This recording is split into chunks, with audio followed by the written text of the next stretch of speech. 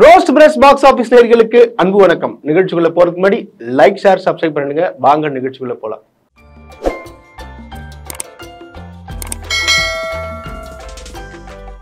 இன்னைக்கு பாத்தீங்கன்னா ஒரு படம் பார்த்தோம். அந்த படம் பாத்தீங்கன்னு வச்சுங்களேன், இப்போ நான் சமீப காலமா நேத்து கூட பார்த்தீங்கன்னா ரெட்ரோ ரிலீஸ் ஆச்சு. ஸோ நேற்று நம்ம பார்க்க முடியல, ரெட்ரோ தான் பார்த்தோம். இன்னைக்கு பார்த்தீங்கன்னா இந்த டூரிஸ்ட் ஃபேமிலின்ற ஒரு படம் பார்த்தோம். ஆக்சுவலாக பார்த்தீங்கன்னா இந்த குண்டு, சண்டை, காதல் இந்த மாதிரிலாம் நம்ம படம் பார்த்துருப்போம். அதெல்லாம் ஓரம் கட்டி வச்சு ஒரு புத்துணர்ச்சியான ஒரு புதுமையான ஒரு படத்தை கொடுத்து நெகிழ வச்சிருக்காரு இந்த டைரக்டர். நமக்கு புதுசா கொடுத்து நெகிழ வச்சிருக்காரு இந்த அபிஷான் ஜீவித் என்ற டைரக்டர். ஆக்சுவலா பார்த்தோன்னா இவர் ஒரு short film maker. Short film மேக்கரா இருந்து ஸோ எடுத்து வச்சிருந்தாரு. இந்த கதையை ஃபியூச்சர் ஃபிலிமா நம்ம பண்ண நல்லா இருக்கும் அப்படின்னு சொல்லிட்டு ஒரு ஃபர்ஸ்ட் அட்டம்ப்டே பார்த்தோன்னா ஒரு சூப்பரான ஒரு அட்டம்ப்டாவே கொடுத்துருக்காருங்க. ஏன்னா ஆக்சுவலா இந்த படத்தை நான் ஏன் பார்த்தேன்னா, அந்த டைரக்டருடைய கான்ஃபிடன்ஸ் லெவல் அதிகமாக இருந்துச்சு. ஏன்னா அவர் ப்ரெஸ் மீட்ல இந்த படத்துடைய ப்ரெஸ் மீட்டை பேசியிருந்தாரு. அப்போ சொல்லியிருந்தாரு, அவர் வழிகள்லாம் சொல்லியிருந்தாரு, நான் எப்படி கொண்டு வந்தேன்னு சொல்லிட்டு. அவர் லவ் பண்ற பொண்ணுகிட்ட கேட்பாரு, அக்டோபர் அந்த தேதியில என்னை கல்யாணம் பண்ணிப்பியா அப்படின்னு சொல்லிட்டு கேட்பாரு.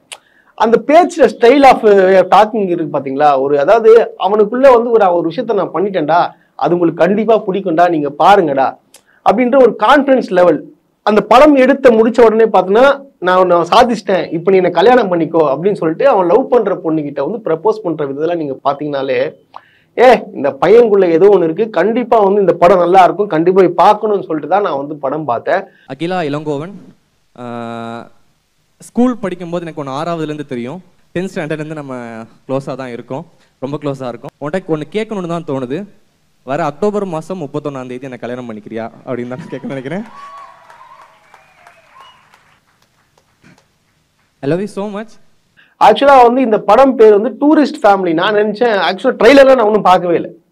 டூரிஸ்ட் ஃபேமிலியில என்ன இருக்கும், டூருக்கு எங்கன்னா போவாங்க, அங்கே எதுனா நடக்கக்கூடிய சம்பவத்தை வச்சு தான் படம் எடுத்திருப்பாங்க அப்படின்னு சொல்லிட்டு என் மைண்ட் செட்ல இருக்கு. எனக்கு சத்தியமா தெரியாது இந்த படம் இலங்கை தமிழர்களை பற்றி ஒரு படம். இலங்கை தமிழர்கள்னா நம்ம என்ன பார்த்திருப்போம், ஆல்ரெடி சிம்ரன் கன்னத்தில் முத்தமிட்டால்ன்ற ஒரு படத்தை நடிச்சிருப்பாங்க, எல்லாரும் பார்த்துருப்பீங்க. எல்லாம் பேசிக்கா பாத்தீங்கன்னா அவங்க படுற கஷ்டம், அதாவது அவங்க பாவம், இந்த மாதிரியான விஷயங்கள் தான் கொண்டு வந்திருப்பாங்க தவிர. பட் ஆனா இந்த மாதிரியான விஷயங்கள்ல சத்தியமா சொல்றேங்க, அதாவது அந்த குடும்பத்துல இருக்கிறவங்க படுற வேதனைகள், அவங்க ஸ்ரீலங்கால இருந்து தமிழ்நாட்டுக்கு வருவாங்க, அதாவது யோகி பாபுவை தேடி வருவாங்க, அவங்க ஹெல்ப் பண்ணுவாங்கன்னு சொல்லிட்டு வராங்க. அவங்க வந்ததுனால அவங்க படுற கஷ்டங்கள், வலிகள், வேதனைகள்ல தான் இதை ஒரு கதை, இந்த கதையா பண்ணி நம்மள நெகிழ வச்சிருக்காரு, கண்ணுல இருந்து தண்ணி வர வச்சிருக்காரு.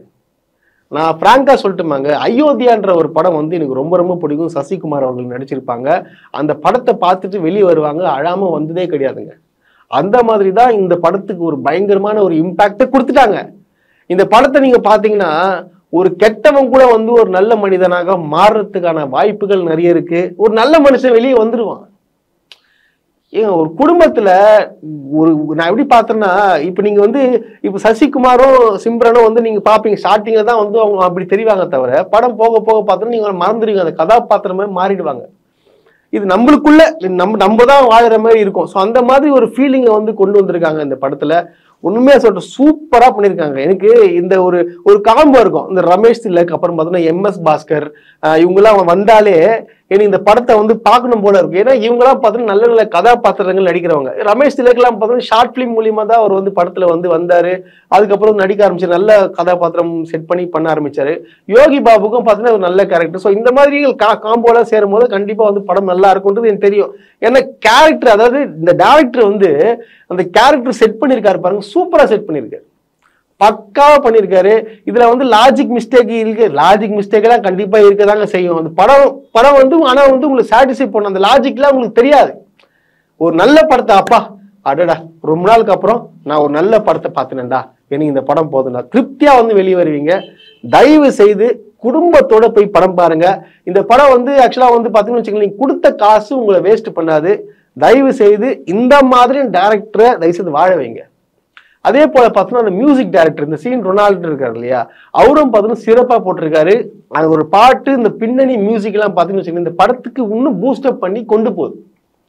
ஃபர்ஸ்ட் ஹாஃப் பார்த்தீங்கன்னா ஒரு மாதிரி நார்மலா போகும், ஆனா செகண்ட் ஹாஃப்ல எல்லாம் வர சீன்கள்லாம் கண்டிப்பா உங்களை, நீங்க நான் சொல்றேன், ஓப்பனா சொல்றேங்க, உங்களை அழ வச்சிரும். கெட்ட மனிதருக்கு, அதாவது கெட்டவனா இருந்தவெல்லாம் வந்து நல்லவனா மாறதுக்கான வாய்ப்புகள் நிறைய இருக்கு இந்த படத்து மூலியமா. அந்த சின்ன பையனுக்கு எப்படி வந்து இந்த அளவுக்கு யோசிக்க தோணுச்சுன்னு சொல்லிட்டு எனக்கு தெரியல.